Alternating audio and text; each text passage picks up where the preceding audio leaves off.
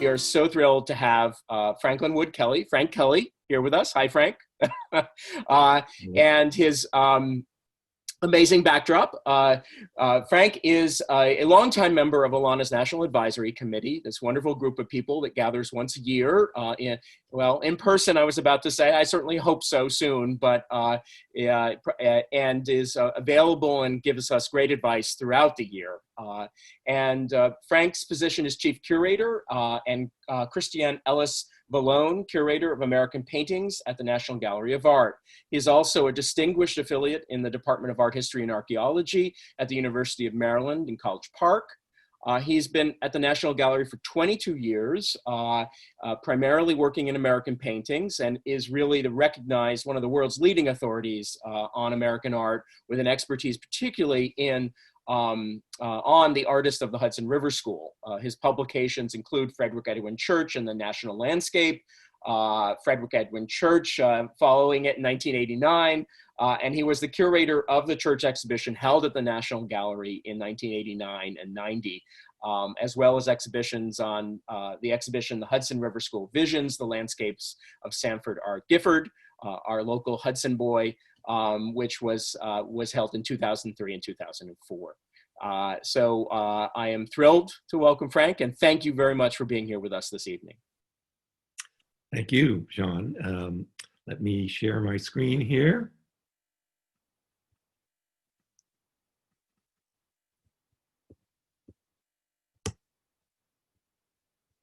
Let's see, we want to go back. Sorry, let me stop that and start a different share. Before I do that, let me just very quickly say thank you to Sean, to everybody at Olana. This is a lovely invitation. Olana's been part of my life for a very long time, and a wonderful part, and I love it, and I have the greatest appreciation for everybody who's involved with Olana. I will now see if I can, here we go.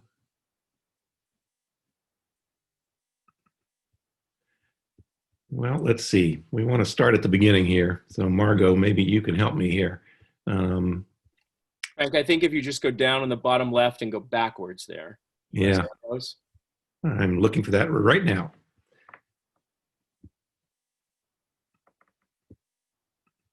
There we go. Great, thanks.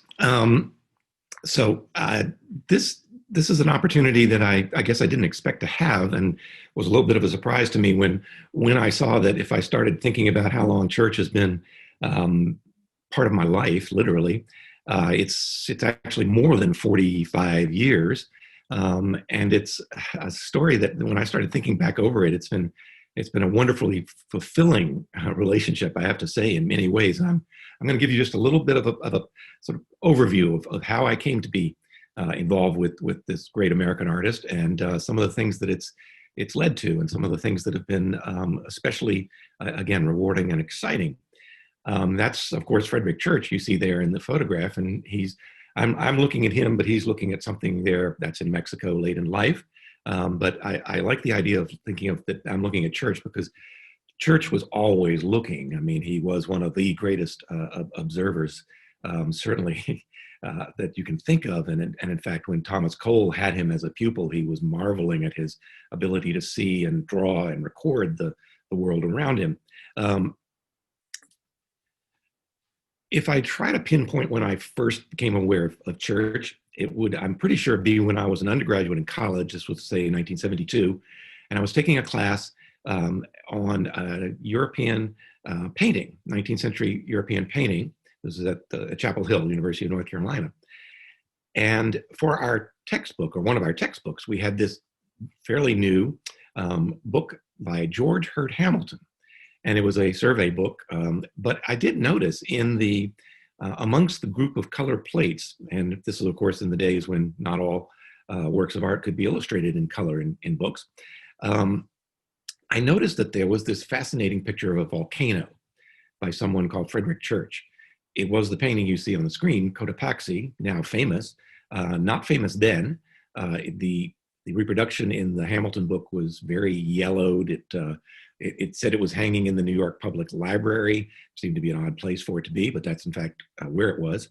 And I was struck by that, but it wasn't a class on American art. In fact, there were no classes that I recall being taught on American art at the time at Chapel Hill, and it wasn't my particular interest anyway. The first painting, I am pretty sure that actual painting by Church I actually saw would have been one in my hometown, Richmond, Virginia, at the Virginia Museum of Fine Arts. This painting called In the Tropics, lovely painting. And I definitely remember it from when I got out of college. I actually got a job at the Virginia Museum. And this was in the years just immediately before the American Bicentennial. And there was a lot of interest in American art. It was a very growing concern. And I was actually given some assignments as a young sort of curatorial assistant to do some work on landscape painting in America. And this was one of the pictures that I was directed to look at. But then again, it didn't lead to anything in particular while I was working at the museum. And in fact, my interests as an art historian and what I intended to do with those interests very much lay in another world entirely. And that was the world of the Middle Ages. I was actually initially trained as a medievalist. And in fact, that led me, when I went back to graduate school, to go to Williams College, just up the road, not too far from Olana, where I was drawn to study with these remarkable men who were there: Bill Pearson, Lane Faison, Whitney Stoddard. These people were already, by the time I got there in 1977, they were famous for their art historical teaching, for their just being wonderfully great all-around people. And I went to study with Whitney Stoddard. You see his book there on the right on the screen, which was a book I knew from college. So I went off to Williams and to work on my medieval art specialty. But I did know, because you couldn't not know, or you could not know, actually could not know, that George Hurd Hamilton was at the time at the Clark Art Institute, where the graduate program was headquartered then as now. And I remembered that George Hurd Hamilton had written this book that I had used in college, and I still had the book, and I looked at it and refreshed my memory, and noticed there was that Frederic Church painting. And I actually spoke to Mr. Hamilton, Professor Hamilton, very lovely, kind person, very open. And I said, I'm curious because I saw this Frederic Church painting in your book, and I was struck by it. I'd never seen anything quite like that, this volcano, this amazingly dramatic scene. And I said, I'm curious that you're a specialist on French painting. You see him in that photograph at the Clark, looking at one of the Clark's Renoirs. And he said, well, yes, but he said, I always thought Frederic Church was a fascinating artist. And Professor Hamilton's career was at Yale primarily. And he said, I tried for years to get one of my graduate students to take up Frederic Church. And he said, I almost had somebody ready to do it. His name was Vincent Scully.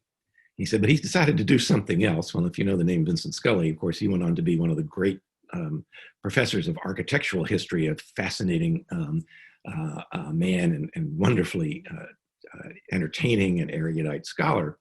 He said, but then actually I found another person who was willing to do it, and his name was David Huntington. And he said, David wrote his dissertation for me at Yale, and he said, you should go look at his book. His book had come out in 1966, and he said, we of course have it here in the library at the Clark. So I did. And there's the book. There's the cover of it, an image now that we recognize quite easily as one of the great paintings of Church's career, the icebergs. Actually, that is not an image of the painting on the cover of his book, because the painting hadn't been rediscovered at that point. It's a chromolithograph after it. But I went and got the book and I read it. It's not a long book, but it was fascinating because it put Church into this world that I knew very little about, the world of 19th century America, and especially the world of literature and history and theories about national identity. And I was intrigued by that.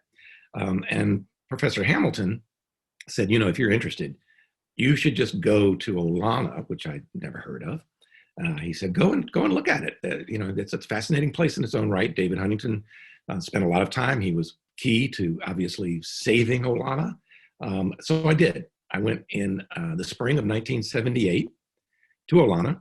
Olana was then probably not quite as resplendent as you see it in these photographs. It was fairly new still to its public role. But I went and I had a tour, and I was fortunate to meet while I was there a man named James Anthony Ryan, who was the site manager. And I said, I'm just a graduate student. I'm really, my field's medieval art, but I just find this all so interesting. And Jim was very encouraging. He said, well, if you ever want to do anything on church, this is the place. Well, I couldn't get church out of my mind, I guess you could say. Living in New England and having a car, which was a rarity in graduate school, I was able to escape Williamstown often on the weekends in the winter, good time to escape, go to museums in New England, and I saw church paintings at the Museum of Fine Arts in Boston, in Springfield, and elsewhere. And I determined, pretty much on the strength of my interest in Frederic Church, that I was going to change fields. And so I went off to the University of Delaware to do my doctoral work. And I was in part inspired by not just church generally, but by this little painting at Olana called Twilight, a Sketch. Rivetingly beautiful painting. And I knew what it was because in David Huntington's book, there was a full color reproduction. Again, those were not that common. Most of the illustrations in David Huntington's book were black and white, but there was a color illustration of this painting, Twilight in the Wilderness. And for reasons that I'm not even sure I understand even now, all these years later, this painting riveted me in a way that just, I could not really get it out of my mind. I wanted to know everything I could possibly know about it, and by extension, church and how he came to paint it. So I went off to Delaware with this notion that I was going to do this, and in fact, very quickly sort of announced that to my advisor, Wayne Craven, that I was interested in church, and I went on then to write my doctoral dissertation on Frederic Edwin Church and the North American landscape, 1845 to 1860, the end date being the date of Twilight in the Wilderness. And in fact, at the time, I think I probably knew this, but I certainly know it in retrospect, it was an attempt to explain this painting. Now, in those days, of course, when you, I won't go down memory lane, but of course, this is all long before the internet, long before the kind of research and accessibility to information that we now have wonderfully. It was also a time where, excuse me, where if you wrote a doctoral dissertation, you were obligated, if your university so participated in, and they all did as far as we knew, as graduate students, you were obligated to let it be microfilmed by something called university microfilms. And that meant your dissertation would go out into the wide world almost before you could do anything about it. Although at Delaware, they would let you, quote, sequester your dissertation for a year, which I did. And this is because in classic, I suppose, graduate student paranoia, I was afraid somebody was going to take all my ideas, this notion before I could publish. And I was warned, get going. So in that year that I completed the dissertation, having been out and I'd been working at this point in my career, I'd been in Minneapolis as a curator at the Minneapolis Institute of Arts. In 1985, though, I happened to go to begin my curatorial career at the National Gallery as an assistant curator in the Department of American Art, and that was fortuitous. I was hired by, initially in my career at the gallery, I was hired as an intern, even earlier by John Wilmerding, who had done the great exhibition called American Light in 1980. And that was also a place that church had figured in. It was one of the first places where I saw a lot of church's twilight paintings, for instance. And I very quickly tried, or quickly, I suppose, relative term here, it took me 3 years, but I did in 1988 publish a book based on my dissertation. It was one of the, I have to say, a rather strange joy to go through my dissertation. At this point now, I had access to a word processor, not a PC, but a word processor, and I retyped the entire dissertation on the word processor. And I learned the joy of the erase button, because there's a lot of things you do as a graduate student in your dissertation to show that you've done the work, done the research, and they don't all necessarily make a whole lot of difference or make for the best reading. So I was able to take 400 pages and shall we say, reduce it to about 180 pages of a book that was really, again, now looking at this group of paintings of North America, but especially focusing on Twilight in the Wilderness and the concept of what I felt was something called a national landscape. Very quickly, I followed that up by organizing an exhibition which opened in the fall of 1989, the first major exhibition of Church's work since David Huntington had done an exhibition at the then National Collection of Fine Arts, it was known, now the Smithsonian American Art Museum. In 1966, he had done a Church exhibition, so about 23, 24 years later.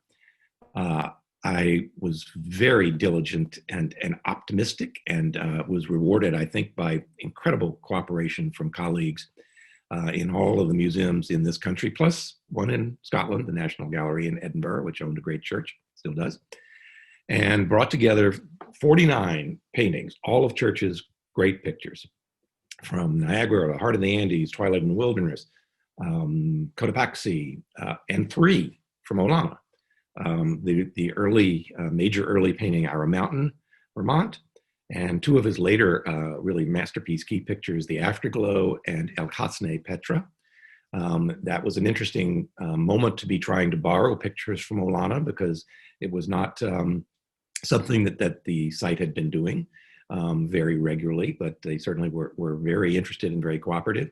I did notice on the list of participants today, Joyce Zucker's name. Joyce was then working as a conservator and had responsibility for Olana. And Joyce will remember, we had a lot of conversations and in fact, a lot of really challenges to face about borrowing some of these pictures, these 3, including The Afterglow, which went through a complete conservation treatment at the time. But the show was a success, if I may say so. It was almost 300,000 people in attendance. It was reviewed in all kinds of national media, Robert Hughes, Time Magazine, Roberta Smith in the New York Times. This brought a level of attention, perhaps, to Church that hadn't, I think, if I may say without seeming too immodest, really was beginning to approach something of what the attention and the fame that he had in his own day. So it was enormously satisfying to do this exhibition. I will say there have been a lot of other exhibitions where Church has been featured. In some cases, he has been the focus, and yet this has not happened again now 30 years later, that all of his great pictures are in one place. So I heartily encourage someone to do that again, and I would love to see it myself. When my book came out in 1988, Church of the National Landscape, that was the first book-length study that had appeared on Church since Huntington's book in 1966. Now, there were other publications that had happened.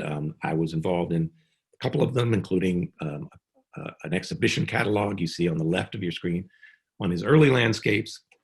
But there were lots of other important publications, particularly since those days, and including the 2-volume, the blue volumes you see there, a catalog of all of the works in the Olana collection, the extensive collection there.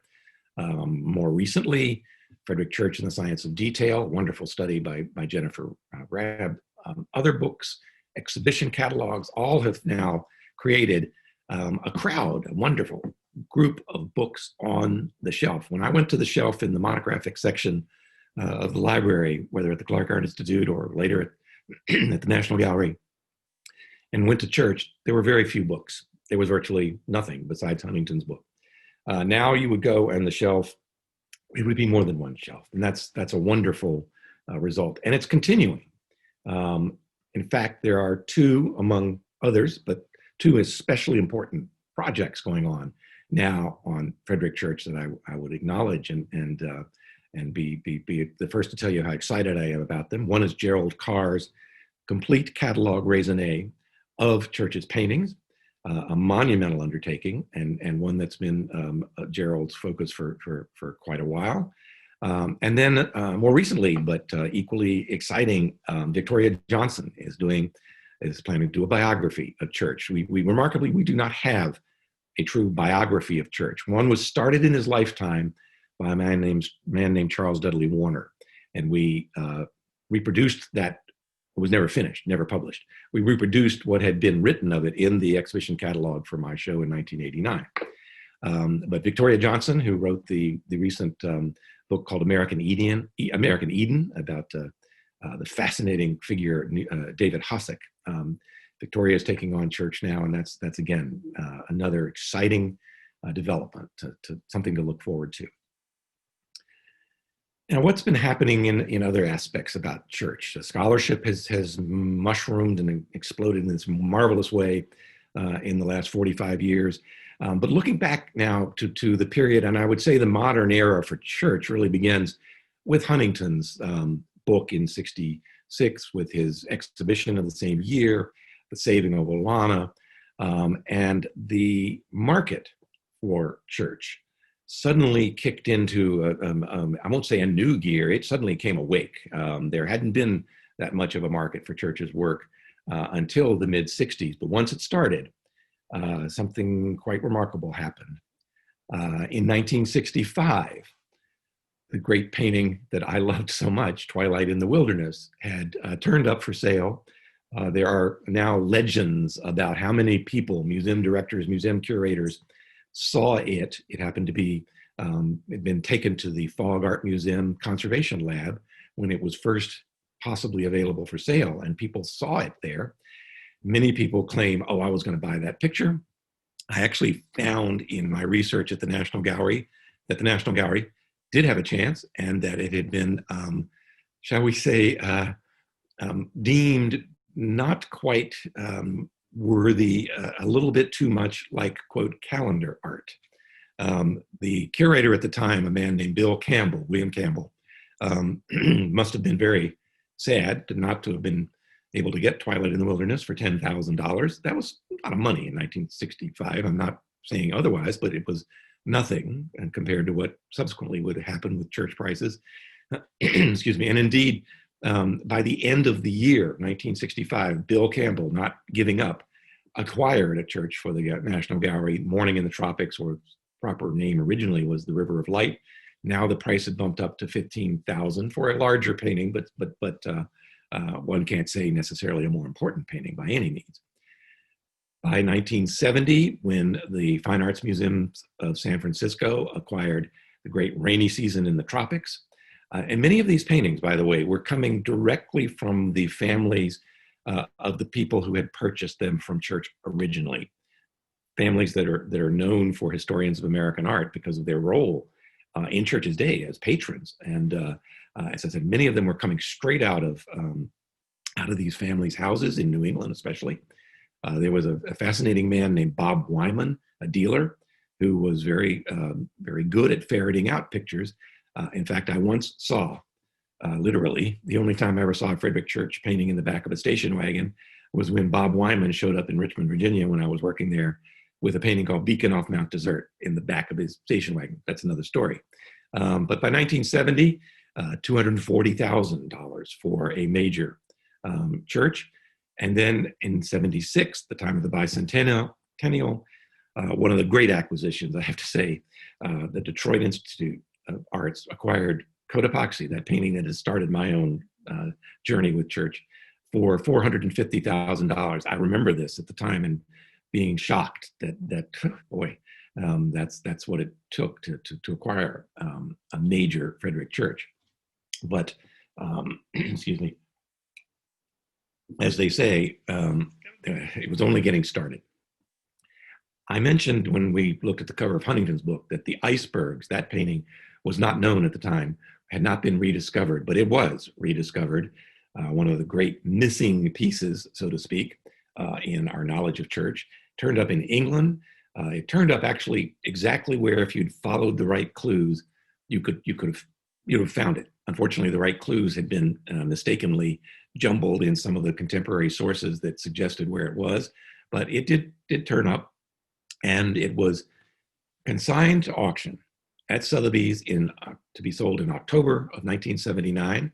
I remember the excitement about the rediscovery and the excitement about this picture going to auction.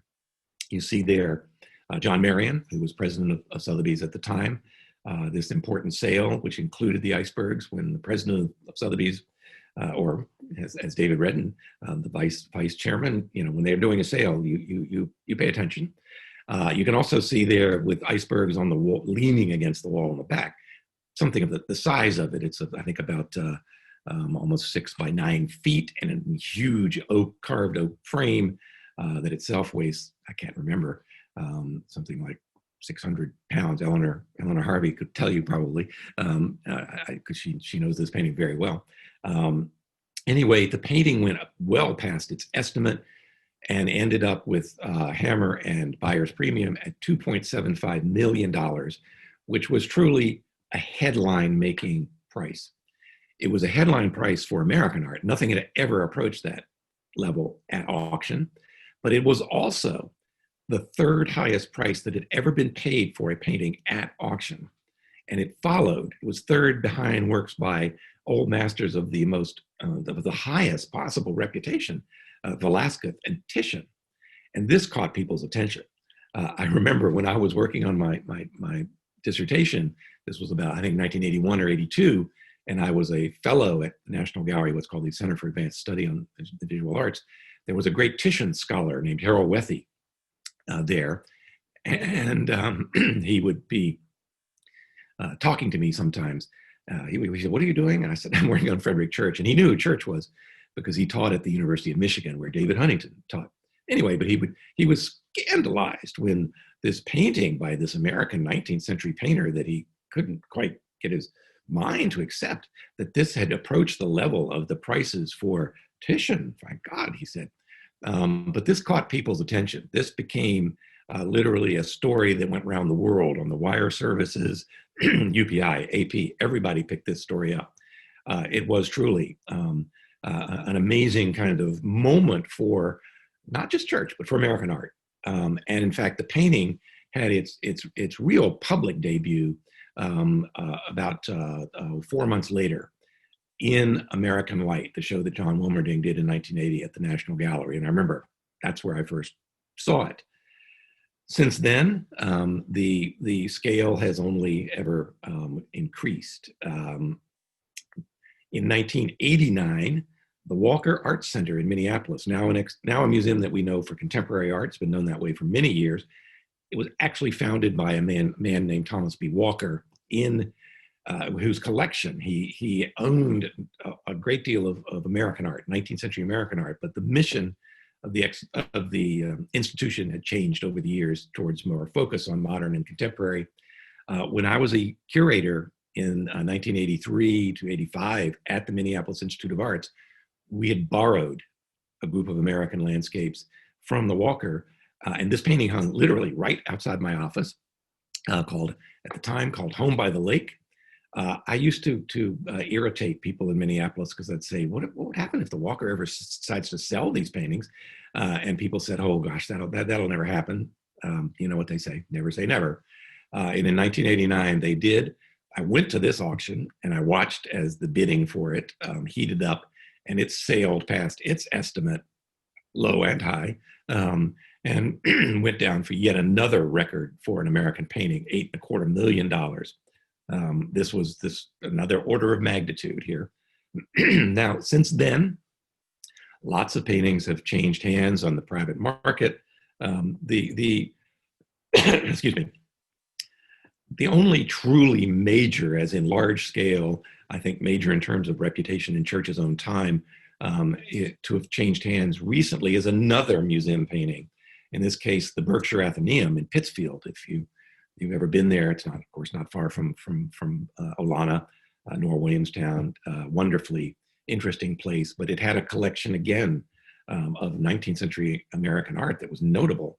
A number of notable works, including this extraordinary painting by Church called The Valley of the Santa Isabel, 1875. I'll be the first to admit, when I was working on Church, I was focusing on his North American pictures, but I was focusing on his earlier works. I didn't really understand this painting. It was sort of mysterious to me. I went to Pittsfield many times. I admired it. I admired its original frame that it was in. Would have been designed with Church's input, just like some of the great frames that Olana, that Petra, and other pictures like that.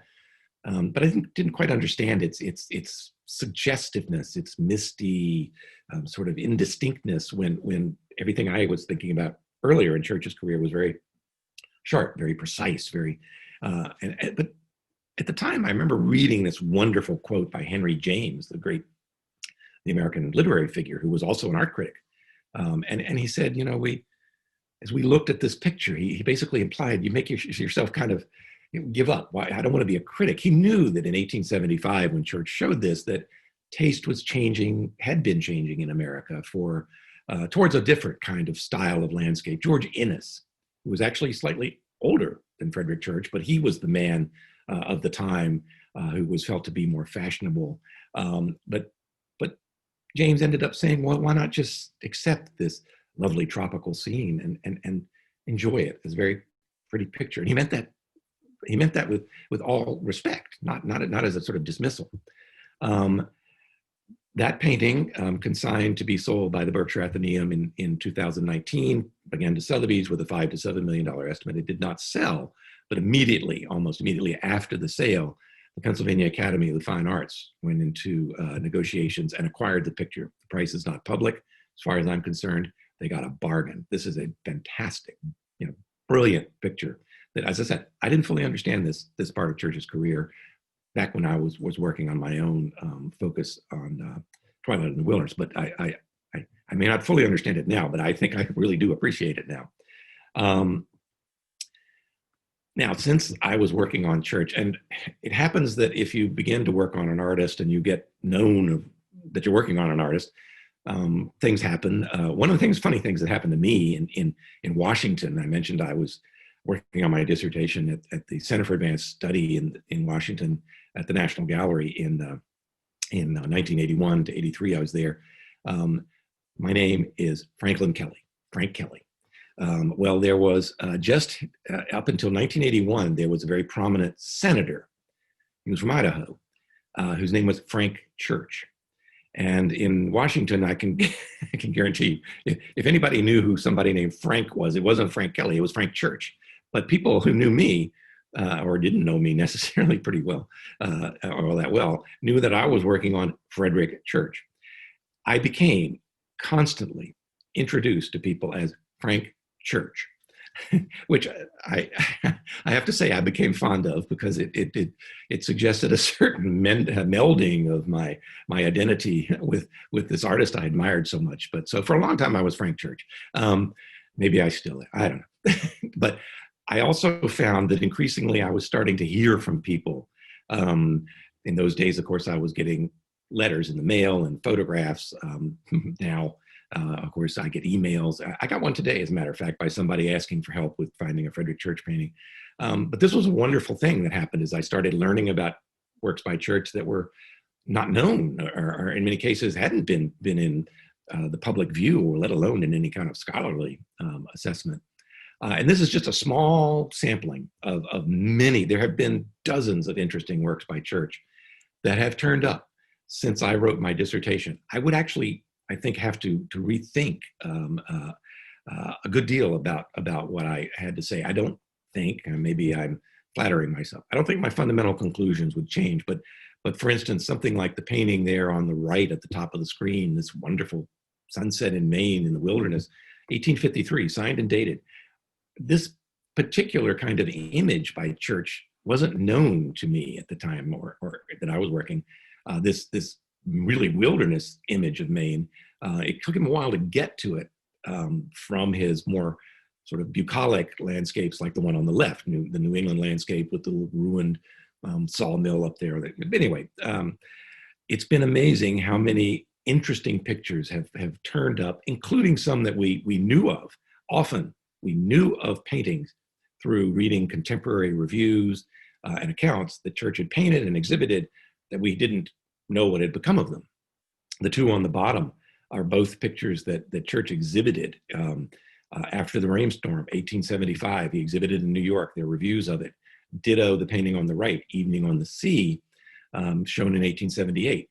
Neither of these paintings have been traced since the 19th century, although Evening on the Sea is visible actually in a photograph of Church's studio, the new studio, on the easel. So we knew roughly what it looked like from looking at it from the side a little bit. But I should say one of the things that I was intrigued with doing my research, and again, not to talk about memory lane, but of course in my days of doctoral research, a lot of what I was doing was physical library work, going to shelves, to books, physical digging around in newspapers. I very quickly learned that contemporary newspapers, some of which still existed, the New York Times, but some of which were new to me. I'd never heard of some of them, the Courier and Enquirer, anyway, and magazines. Some of which had been microfilmed, others hadn't, but these were a gold mine if you could take the time and the patience to page through the New York Times, say, in the 1850s, and look for, in my case, I'm looking for church, which meant I had to fine tune my eyes to not any time I saw the word church, because that could be that the Reverend, Henry Ward Beecher spoke at the first church. But anyway, there was a lot of information that was there to be found. Anyway, we had accounts of paintings that Church had done, but again, had not been traced. So that's been a wonderful development that's happened, and it's still happening. I can't say it happens every year, but sometimes, they do turn up. I got an email and a photograph about maybe 6 weeks ago from an auction house in Munich, Germany, saying, "Do you know this Frederic Church?" And I said, "Well, I'd love to know how it got to Munich too." But anyway, that there's still some, goodness knows, we hope they're out there. There's still some to be discovered. Some of those, I have to say, I was intrigued by these paintings, these early paintings that were of imaginary allegorical subjects, whether it was the River of the Water of Life, a scene from Bunyan's Pilgrim's Progress, or the Plague of Darkness, a biblical scene, obviously, or the Deluge, another biblical scene. We know that the Church created major paintings on these themes. They are exhibited by him, exhibited in New York and sometimes elsewhere, Boston, reviewed, talked about. But in the case of these three, they are gone. I worry that because they probably, if they still survive, they would not scream to people, "I'm a Frederic Church," because they would be of a very different kind of subject. Makes me worried that maybe they've disappeared altogether. In the case of the first two, the River, the Water of Life, other than descriptions, and the Plague of Darkness, other than descriptions of them in reviews, we have no idea visually what they look like because nothing survives. 1847 photography is still, very new. There are no photographs of these paintings. There are no engravings. Church was a young artist. It would have been unusual for a reproductive print, say, to be made after his work. In the case of the Plague of Darkness, we have some clues because it was said to look like a painting by the British artist John Martin, who had painted the Deluge. He painted the Plague of Darkness and also the Deluge. And in the case of the Deluge, we actually have two works at Olana: an oil sketch of the central group, a mother and child in the oil sketch, who are on a rock as the waters are coming to surround them. And also at Olana, a compositional drawing. So we have some idea. I know roughly what it looks like. If anybody's ever, seen anything that they think is it, please let me know. And then we do know very well, and you heard about this if you attended the lecture that my colleague Sarah Cash gave about Church and Niagara, and particularly the intriguing missing picture, the second of the three major paintings that Church did of Niagara. The first one in 1857, now in the National Gallery. The third one now in the National Gallery of Scotland. I mentioned having borrowed that for my show in 1989. But the missing one, we know exactly what it looks like. There are oil sketches. It's called Under Niagara. There's actually a chromolithograph of this too. So this one, we know what it looks like. Church scholars, Sarah Cash has been incredibly determined to find it. I hope We all hope this will happen someday. But as I say, I hear about church a lot. I hear about churches' paintings. I hear about paintings that people hope are churches quite often. I'm afraid I hear about those more often maybe than the ones that are. So let me just give you a little bit of a taste of what that's like. Here's a mosaic of images that I have seen over the years that have in one way or the other been brought to my attention. Of this group of works, let me tell you, there are two on here that are absolutely no question about it, Frederic Church. There are two that I have some questions about, and there are five that are not. But they all have been hoped to be or dreamed of by their owners to be Frederic Church. So what are we looking at here? Okay, well, first, the little tropical picture that's in the lower right is of a type that I have come to know well. And that is because it's one of a group of literally, I would guess probably 36 over the years, oil paintings I have seen that are all something related to Morning in the Tropics, which is the name of a little painting that Church did in 1858. And I'll explain something in a moment why it was so loved and so often inspired copies to be made. And you see four, you can probably guess, maybe because I put it in the middle, that the one in the middle is Frederic Church's painting, but you can see four examples of the many I have seen. And they can range from upper left-hand corner is one that's very folk art inspired. It's charming. I mean, many of these paintings are charming in their own right, and they range in often cases very, very well done, competent works. That's why they are often thought to be Frederic Church's.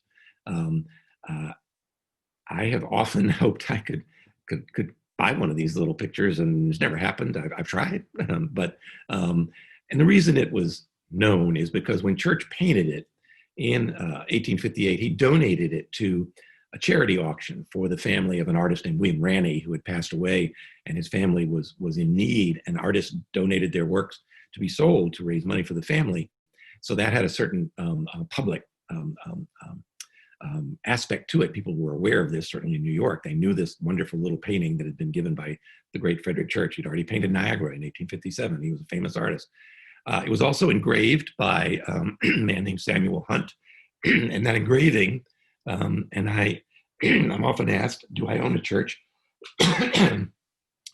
Yes, that one, the engraving. That's the only one that my wife and I own.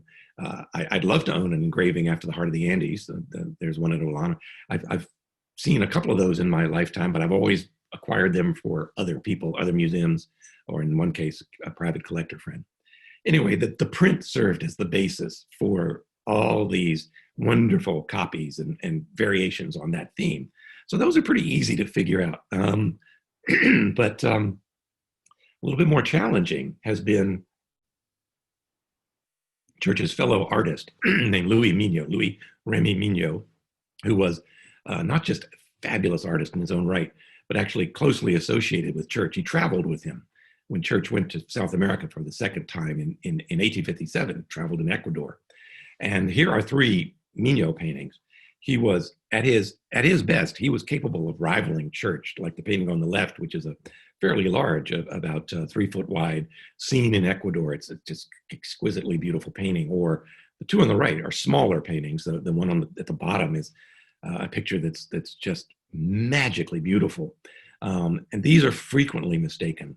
You can see why, because of the tropical scenery, but because of the quality of the paint, of the detail, of the just incredible, observation of nature. But sometimes I have once in my career, been taken to see a private collector who wanted me to look at their Mignot. And I said, well, I'd love to see that. And walked into the private collector's apartment. And there on the wall was a large, not huge, but largish tropical picture. And they said, there's my painting. And I said, well, good news and I have bad news. I said, maybe the bad news, I'm not sure how you feel about this. That's not by Mignot. He said, it's not. I said, no, that's by Church. That's a real Church. And he was flabbergasted.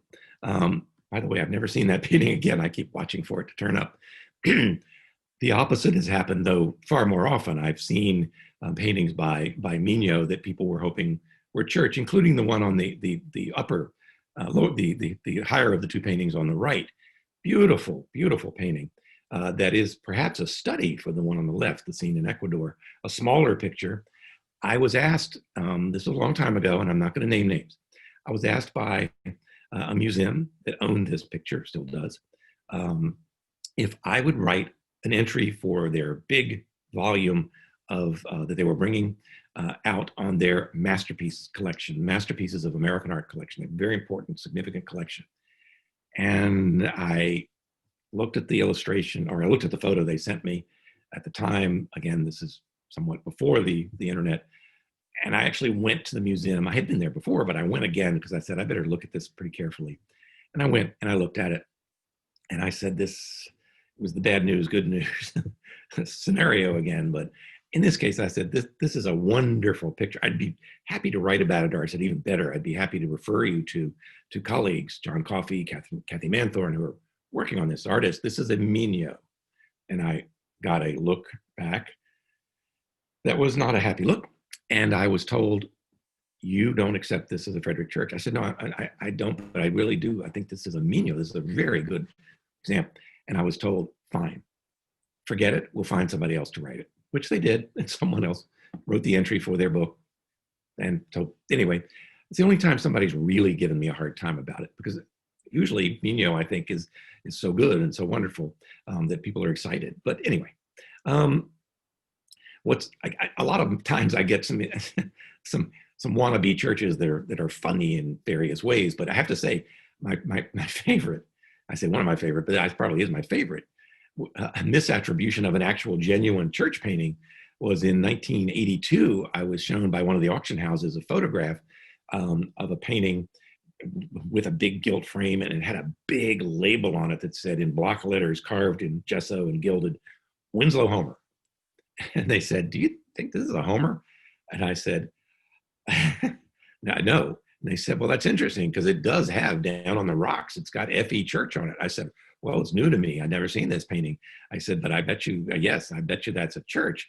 I said, could it be a Homer? I said, absolutely no way. I mean, yes, we've got rocks. Yes, we've got water. We've got spray a little bit.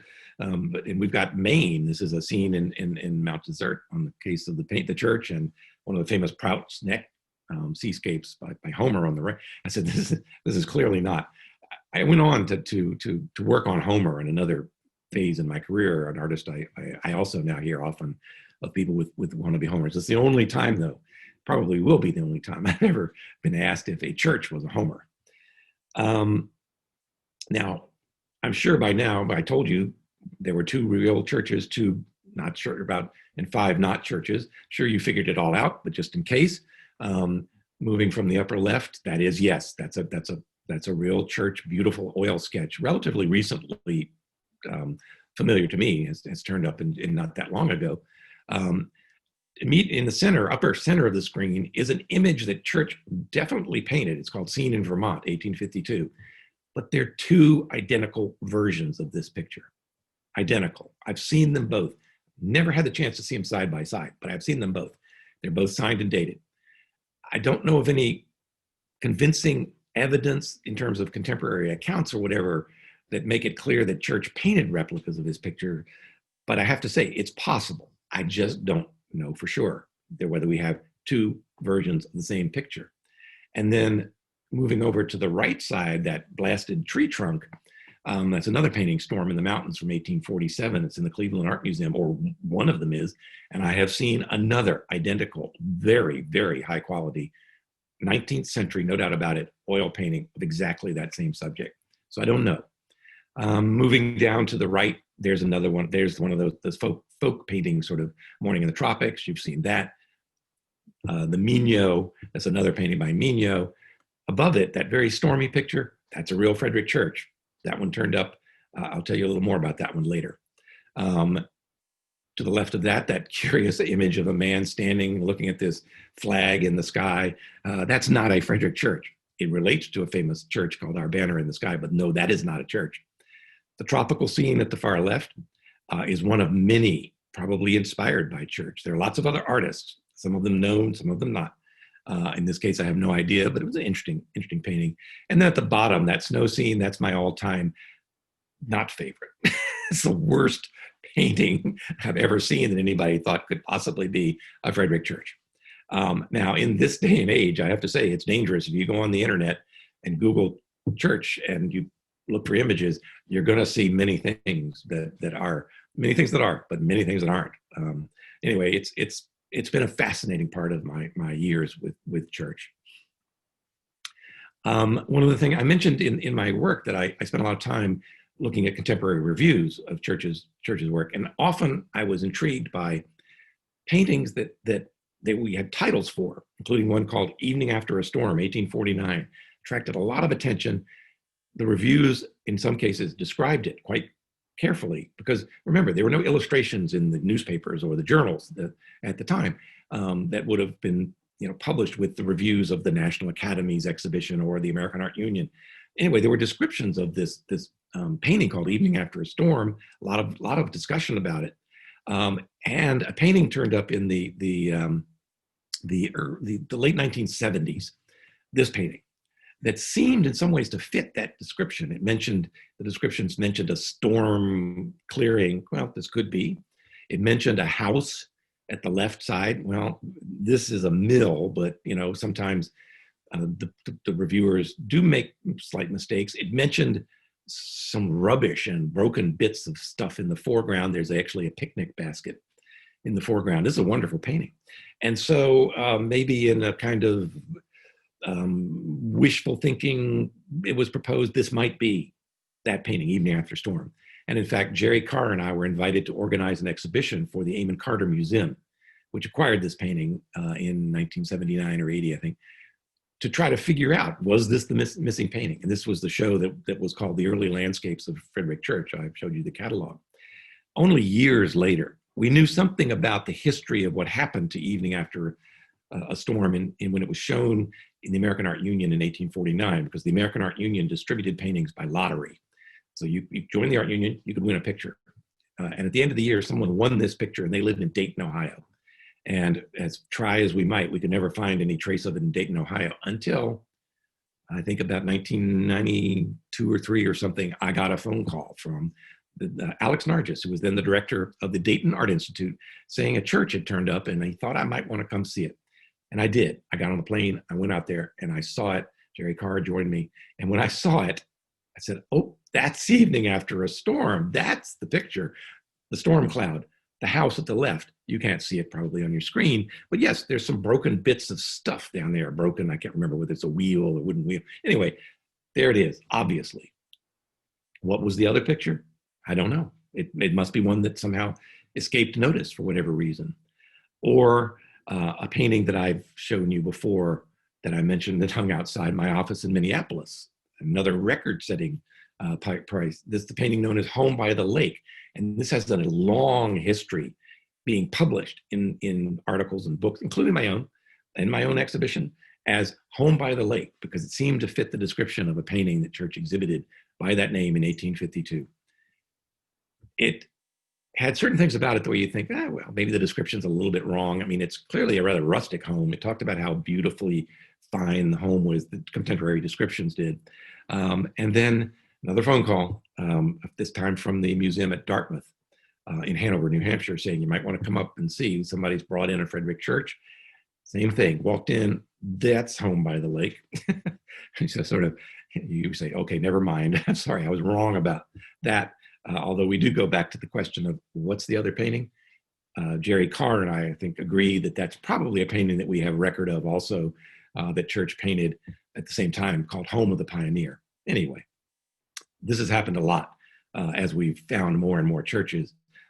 It's happened, painting I showed you called After a Rainstorm. There were a couple of candidates for that over the years until the real one turned up.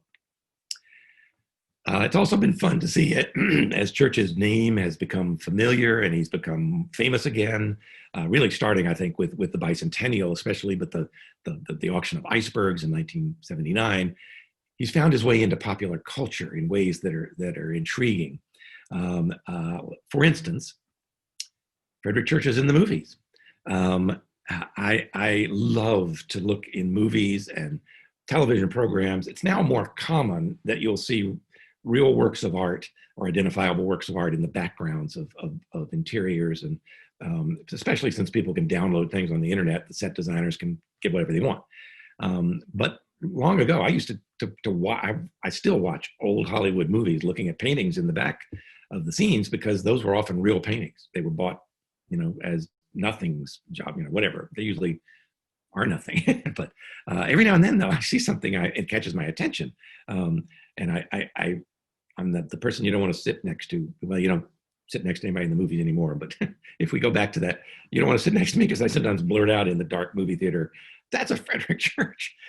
For instance, when I saw The Age of Innocence by Martin Scorsese, and I knew that in this movie, Scorsese had gone to great lengths to be accurate. The furniture, the costumes. He even filmed the exteriors in Troy, New York, just up the river, as you know, Troy, if you know that part of New York, as I think most of you do, because there were existing townhouses that were of the period of the Edith Wharton book.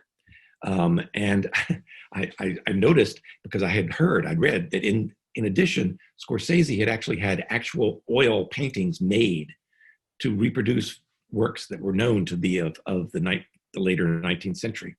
And so in this particular scene where Daniel Day-Lewis is talking to his fiancée, Winona Ryder, if you know the book, it doesn't quite work out the way. Anyway, I may have blurted out, I don't remember, "There's the icebergs. It's on the back wall. There it is." And of course, immediately, and you've seen the image I showed you earlier, only problem is this accurate, reproduces the finished painting. We can see quite clearly the mast in the foreground of the wrecked ship.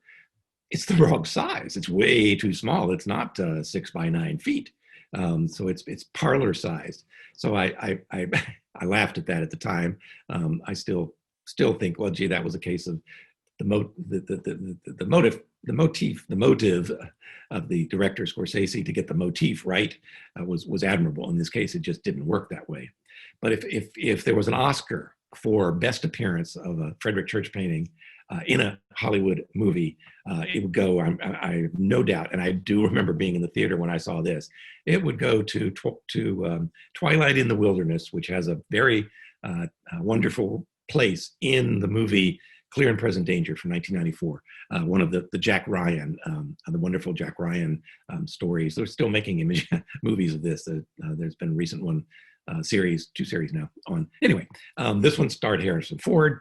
If you know the story or saw the movie, it ends, this is near the end, where Harrison Ford has figured out that just really bad things have been going on, and that the president knows this, and that some of the president's loyal staff are involved in some bad things. One of the most tense scenes in the movie, and this movie has bombs blowing up and people getting shot, but this is really tense, is when Harrison Ford, Jack Ryan, goes into the Oval Office and confronts the president and says, "You knew about this." And the president says, "Sit down." And he won't sit down. He will not sit. He doesn't want to dignify, I guess. And he has this incredible confrontation. And he leaves having said that he will not be silent about this, that the president has asked him to be. And when he walks out of the Oval Office, he sees coming down the hall is his nemesis, the National Security Advisor, James Cutter. And James Cutter knows that Ryan has been talking to the president, and he wants to know what happened. But behind him is Twilight in the Wilderness. Now it's the right size. It's close to the right size. And as the scene plays out, Harrison Ford passes Cutter. Cutter stops, tries to talk to him. Nope, Harrison Ford won't do it. He's upright. He's maintaining his conviction, his honesty, and he walks down the hall, turns and looks back. He glares at Cutter, and then he turns and walks into the sunset, Twilight in the Wilderness. This actually, in many ways, for me, confirms some of the things I thought about the national meaning of this painting, this heroic painting painted on the eve of the Civil War, and that Harrison Ford, the heroic Jack Ryan, is seen at this climactic moment of this film, walking. Anyway, it gets the Oscar, if I get any vote. Church and popular culture, just moving along now quickly. You can buy church products all over the place, just a few. If you are redecorating, you can have church wallpaper. I'm not quite sure here's a living room with coat epoxy. Not quite sure, maybe in a bedroom, I don't know. It's much bigger than the painting. You can fill a whole wall with this. But no, don't worry. If you wonder what do you wear while you're relaxing in the living room, though, with this image on your wall, well, you can wear your coat epoxy socks, which are available. They make some very interesting looking socks. And then, in fact, if you want to accessorize, you can. It might clash, but you can put on an Aurora Borealis tie, another church painting, or you can lounge with a Morning in the Tropics or River of Light pillow, or you can drink your coffee out of a tropical scenery mug, or in this day, we all need to be responsible. You could wear a mask that has Twilight in the Wilderness. There are dozens of things like this on the internet now, and it's amusing, but it's also, I think in many cases, people don't even necessarily know what the images are, but they like them. And then just very quickly now, because I know we're running out of time, but some wonderfully serendipitous things have happened over the years that I've been involved with church. And some of those were serendipity of things like meeting George Hurd Hamilton at Williams, and having seen that image of coat epoxy in his book. I mean, and that, anyway, I have over the years had some wonderful things happen when I was or indeed was on a mission to find or look at a Frederic Church. For instance, this painting, Above the Clouds at Sunrise. When I was writing my dissertation, I couldn't find this painting. David Huntington knew it. It was in his dissertation. It said it belonged to somebody, I'm not making this up, named L.L. Beans, plural, Beans. I thought, oh, hey, L.L. Bean, that's not hard. Well, the place we all know in Freeport, Maine said, no, we don't have that painting. And I could never find out where it was until I got an announcement of a new gallery in New York, Gerald Wunderlich Gallery, 1985, their inaugural show. Here's that painting. It's on the cover of the catalog. I went to the show. I remember walking in, how exciting it was to see it. I only knew a little black and white image from Huntington's dissertation. I walked in. I noticed there was a red dot. It was sold. And this was very exciting because I immediately said, oh gosh, this is fantastic. I'm so excited to see this painting. And I then turned around, and there was on another wall the most extraordinary painting by another artist, not as well known as Church today, Alfred Thompson Britcher. I'd never seen a painting that I still haven't, remotely approached this one in person or in Britcher's work, and I was stunned. It had a red dot too, but I thought, there's a painting for the National Gallery, and that was 1985. In 2008, long story, but we managed to acquire it. So I wasn't looking for that, but I ran into it. The other thing I did was I asked, of course, well, who has Above the Clouds at Sunrise? Because I would like to borrow it for an exhibition I'm organizing for the National Gallery. And I was told that a man named Jonathan Westervelt Warner, Jack Warner, many of you will know the name. He was a Church Award honoree the same year that I was. Wonderful person, now sadly gone, but had a great collection of American art in Tuscaloosa, where his headquarters of his company, Gulf States Paper Corporation. There's Jack in that photograph, actually pointing to this marvelous group of John Singer sergeants. But he had bought Above the Clouds at Sunrise. So I got in touch with him, and he said, well, of course, you can come see it. And yes, of course, we'll consider lending it to your show, which he did. So I go to Tuscaloosa, Alabama. I'd never been there before. And Jack very hospitably says, oh, you can stay in the lodge at this place called North River Golf and Yacht Club, which he had developed outside of Tuscaloosa. And there's the lodge. It was a guest lodge. And so it was very kindly, a place to stay. And I walked into the reception area right there. You see its later photograph of it redecorated. This is not exactly how it looked when I walked in, but I saw on the wall there a huge painting that I immediately recognized, because I also have worked in British painting, as by Sir Edwin Landseer. It was a masterpiece. In fact, the first great masterpiece by Sir Edwin Landseer, Alpine Mastiffs Reanimating a Distressed Traveler, was hanging right there in that North River Golf and Yacht Club lodge.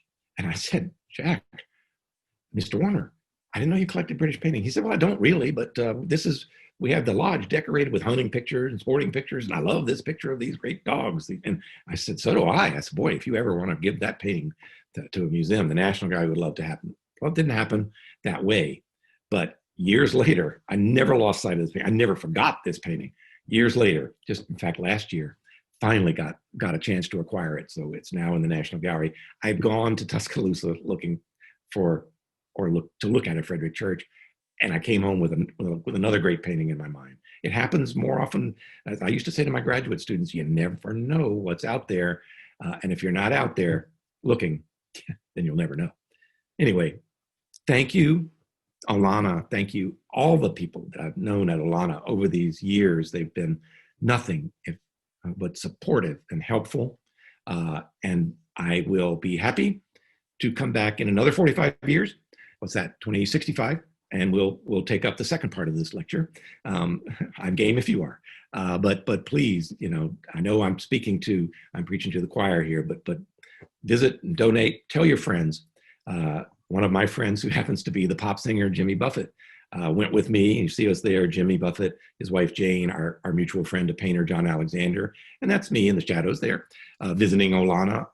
Jimmy Buffett is also a collector of Hudson River School paintings, in part, not exclusively, but in part because of my encouragement, including church. And another serendipitous moment came for me when I walked into a private collection in New York many years ago and saw the little painting called A Mediterranean Scene, and actually found out that the owner was interested in giving it to a museum or to an institution. It's a small painting. It didn't really fit the National Gallery collection, but I immediately said, give it to Olana. So very proud of that. I'm very proud also of having been part of the Olana family all these years and having the opportunity and the privilege really of spending these years with Frederic Church. Thank you. Frank, thank you so much. I mean, what a journey you took us on, the journey of your life thus far and life with church. Just fascinating from the art historical, the connoisseurship, the business side of things, the sort of market for church. And I love the interactive kind of, pick the church, pick the real church. That was just wonderful. And we've had a number of comments to that vein. And I want to give certainly prominent mention to our chair, Meredith Kane, who says, I don't have a question, but I just want to say this was one of the most interesting, captivating lectures I've ever heard. Frank Kelly, you're an amazing storyteller. So from our chair, thank you. Thank you, Meredith.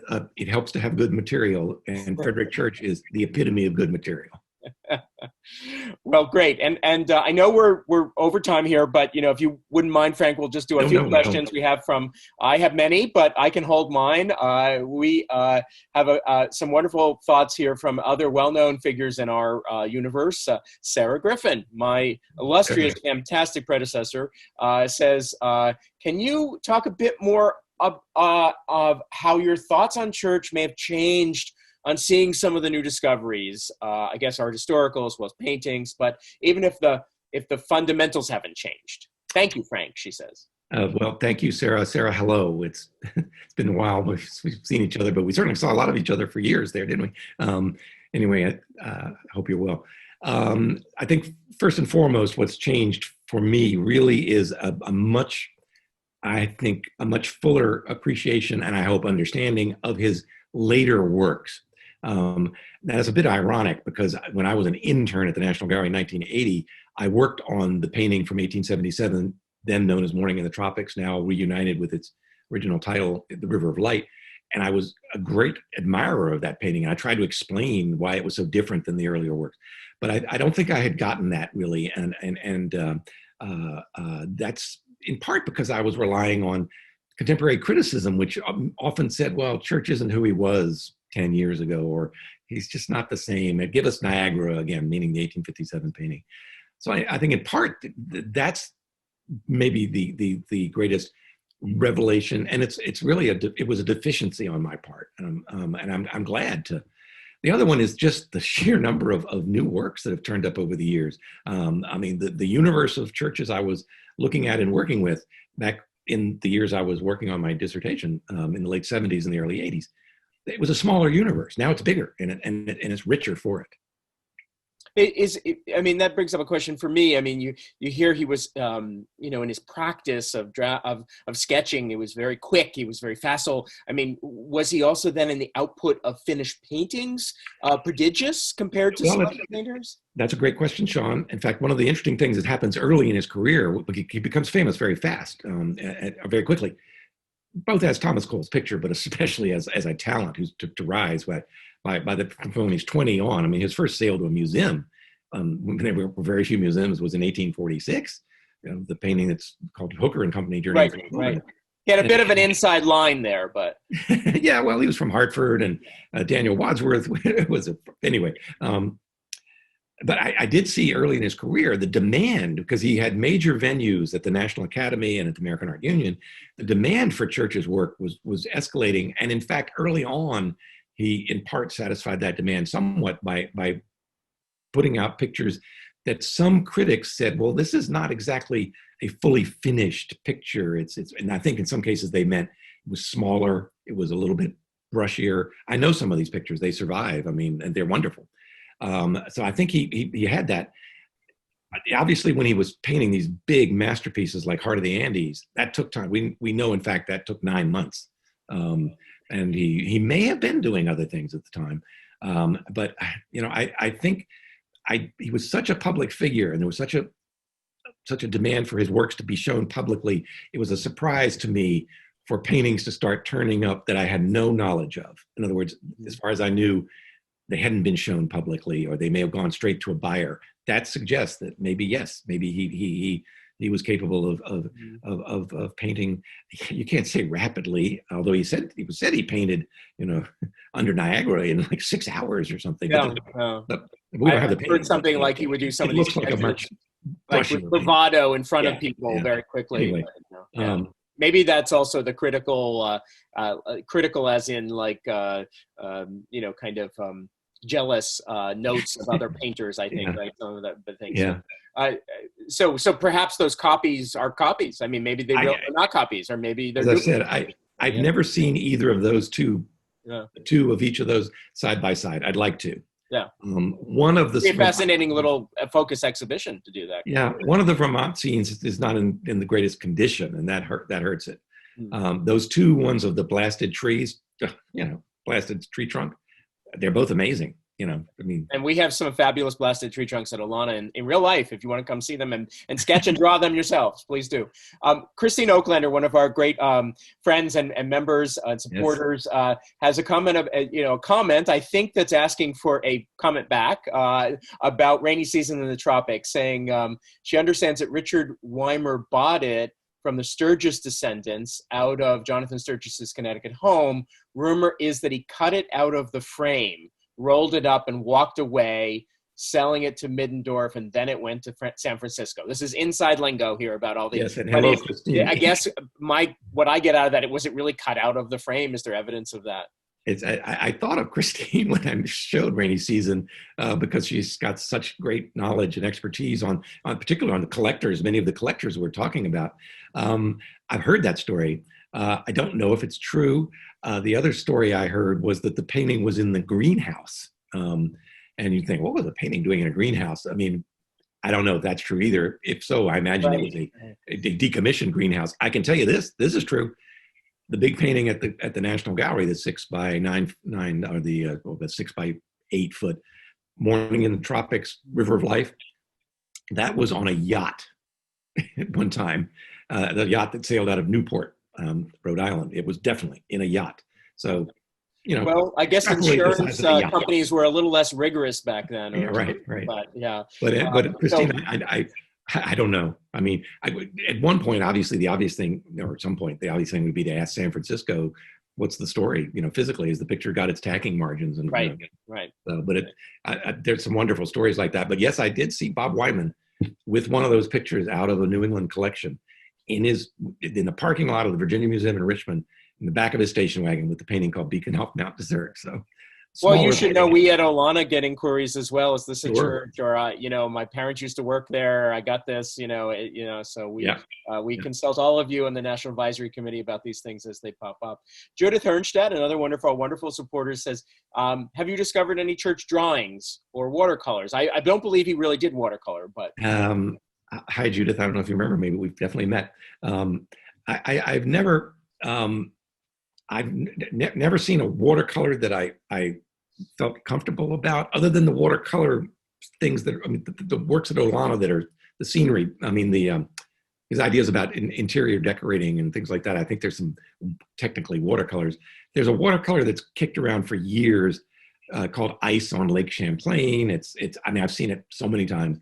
This is another thing that happens is often, particularly with paintings that I say, no, I'm sorry. And I can't say this in writing. I'm a federal employee. I can't do, but I will tell people paintings that I say, I'm sorry, that's not right. They change hands, they come back. The proverbial bad pennies. There's one that has kicked around in Europe for 30 years. I even finally came up with an attribution to a British painter, exact contemporary of Church. I thought this will make these people happy. No, I made a mess. Anyway, so no. I've seen once or twice, I think maybe, some church drawings. He did drawings that we have one at the gallery. We have two at the gallery. He did drawings that were finished, not done on the site. Little, particularly South American things, and he would highlight them with white gouache. And those clearly were meant for people to own. So I've never actually discovered one. So a bit of what the proverbial Picasso sketching on a napkin at the cafe, kind of, right. Other things become valuable besides the finished painting for, right. Yeah. And they're beautiful. Many other wonderful comments here from people we know. I have to mention our wonderful trustee, Susan Winokur, who says, "What a great talk. Thank you." So, hi, Susan. Wonderful to have Susan joining us from Seattle.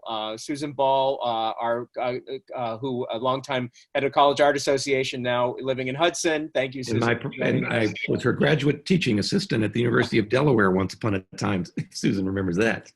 Okay, wonderful. So I think, and Will Coleman, our Director of Collections and Exhibitions, maybe we'll end with this, which is the future, actually. What do you see as major opportunities or questions in the study of church for graduate students in the future? That I think is, I was told, but when I was a graduate student, it was common for people to say, "What are you writing on? What are you working on?" And if you said an artist, and I'm old enough that the first great generation of scholars, Barbara Novak and John Wilmerding and Ted Stebbins and David Huntington, Bill Gertz, had just this incredible production of work on all these art. It was common if you said, "I'm working on Frederic Church," for people to say, "Isn't he, quote, done?" And you'd have to then come up with, "Oh, no, I think I have something to say," or whatever. David Huntington, I went to the University of Michigan to Ann Arbor to see David Huntington before I committed to my dissertation, because I thought, if David Huntington says, "Dumb idea," then this is going to be, I should drop it. He was nothing except encouraging, and in fact said, "As far as I'm concerned, Frederic Church is wide open." He said you could look at him from 100 different points of view. He knew Olana. As I came to know Olana, I could see that also. I mean, you could look at him as, as many different things, as a painter, as a collector, as a, you've done some of this, a lot of this over the years, the costumes, the travels, the objet, anyway. The landscape. Also, his place in a culture that is so vibrant in mid-19th century America, and yet we're constantly, we're not reinterpreting it as much as we're trying to understand it still. The 1850s, for instance, when much of my work was in that period, it's phenomenal. I have to say, I spent a lot of time. It was well spent. It seemed like wasting time maybe at the time, but working on my dissertation research, I would read the New York Times in paper, in a place called the Public Library Annex, which was a dirty, dusty place that, I don't know if it still exists. It was the newspaper annex. I would read the paper. It was only 6 pages or 8 pages, whatever, almost from cover to cover, because I thought, this is fascinating. Frederic Church is in the 10th Street studio, and he's painting Niagara, or he's painting Heart of the Andes. And look what's going on. So-and-so is this scientist from Germany is giving a lecture on geology, or sometimes I would read these things.